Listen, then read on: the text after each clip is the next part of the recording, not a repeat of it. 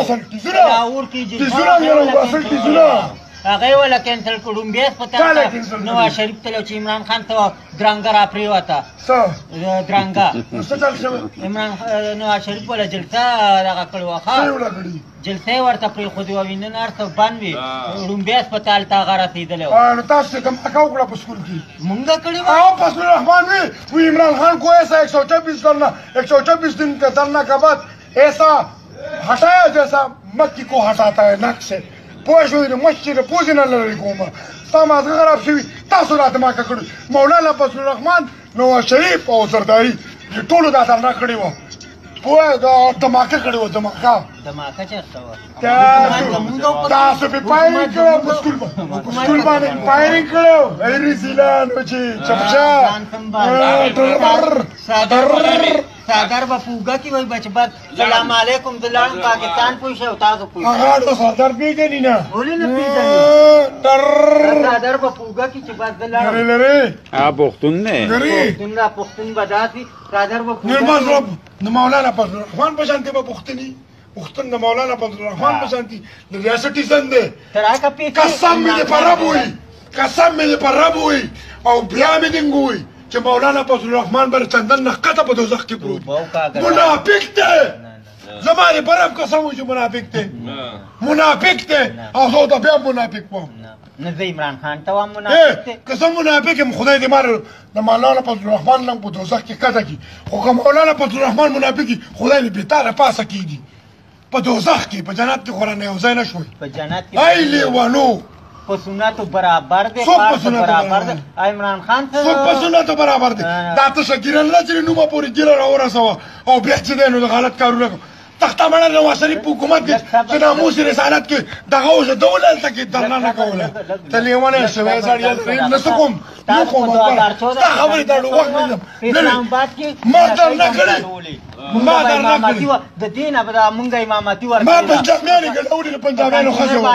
ما پوښتنې اوکې خوښ وایي که مونږ اوکې ما پنجابیان خوښ وایي که مونږ خوښ وو ما نه پنجابیانو ښځې ګډولي ښه مې کړي ماجران دي تاسو هغه سپنجیار سم طلاق تاسو سره دا اتفاق وکړو مونږ دا سپنجیار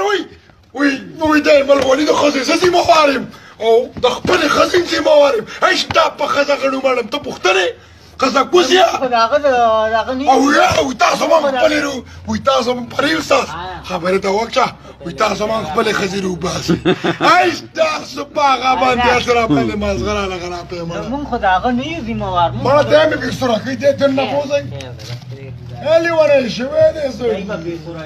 د دې مازو کې د دې پلان کوچ را کابو کړه نو د خپل دردو تاسو ترې رونه دلته هر کچې 15 لک روپۍ ګټي پرې دا وایو 5000 روپۍ په کې وې مدام عمران خان لاغسته دې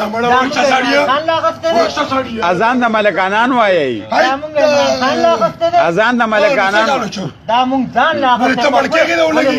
عمران خان ته دا واخلې ته پته و چې دا ملکانان دي پرې یو میاش پکې مګا ټاګه ولې به پکې نه دا ډوره پیسې چې مونږ باندې کړې دي اوس خو داسې ونه کې چې هم واخله دا چې د عمران خان کته هم واخله یاره قسم دې صبر وکړه قسم دې د کومه نه روانه تنخواه به زه تاله درکوم او که داره تر عمران خان نه میلاو شو 1 لاک بیا به یې ماله راکړه بس صحیح ده زما ستا په دې خبره صحیح شوه